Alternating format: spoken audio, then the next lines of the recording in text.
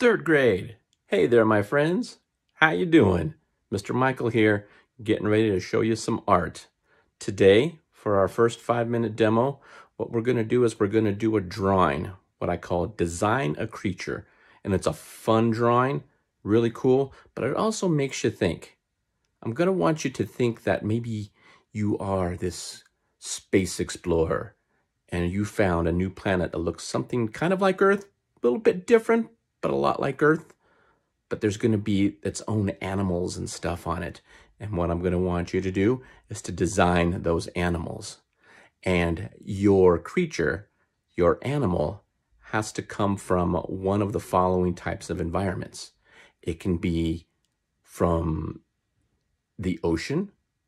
It can be from the forest, like a pine forest that we have here in Colorado, or a rainforest, like a jungle type environment.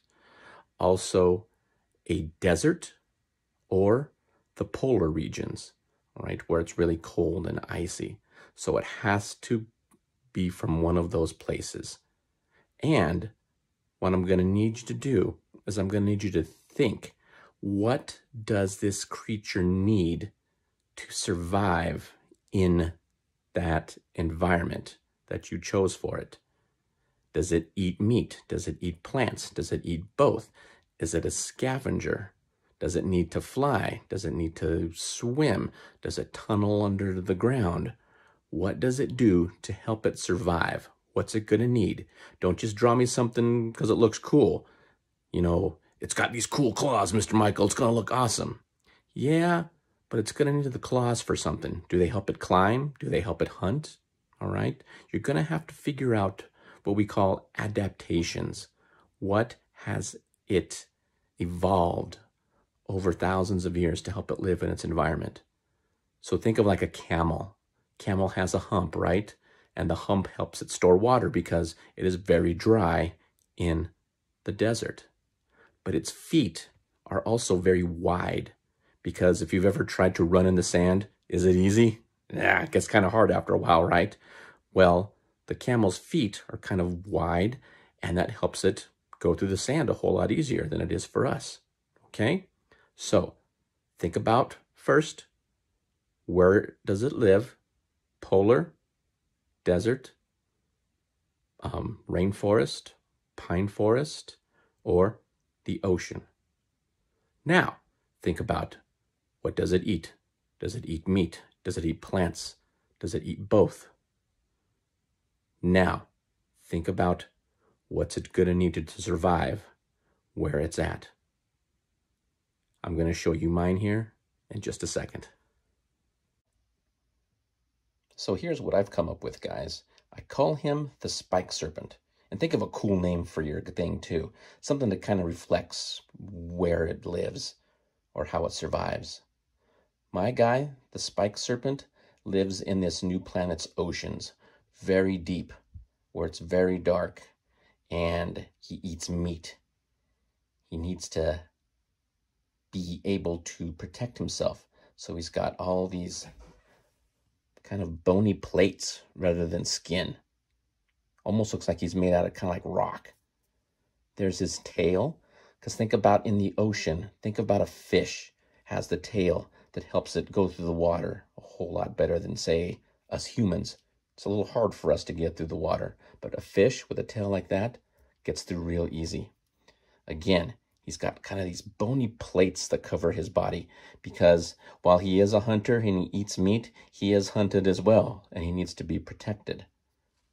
He's got these spikes, so if something tries to come and bite him from the top, they're going to run into those spikes first. If they kind of try to come and get him from the bottom, they're going to run into those spikes first. If we look at his head, he's got this beak. Think of like a beak like a octopus or a squid, all right? He just kind of tears into whatever he's hunting.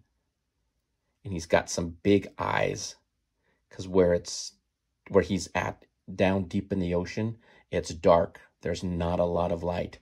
And our scientists have proven if you've got like some bigger eyes, you let some of that light in a little bit better and you can see a little bit better in the dark. So he's got like one on this side, one on that other, but he's also got one on the top of his head too, so he can see above him. And while you can't see it, he actually has one under his head as well, so he can see like in all four directions. Because like I said, he can also be hunted because there's things trying to eat him too. But I kind of figured it also helps him see what he's trying to eat, what he's hunting, his prey. It helps him see that a little bit better, a little bit quicker than say something that just has two eyes. All right?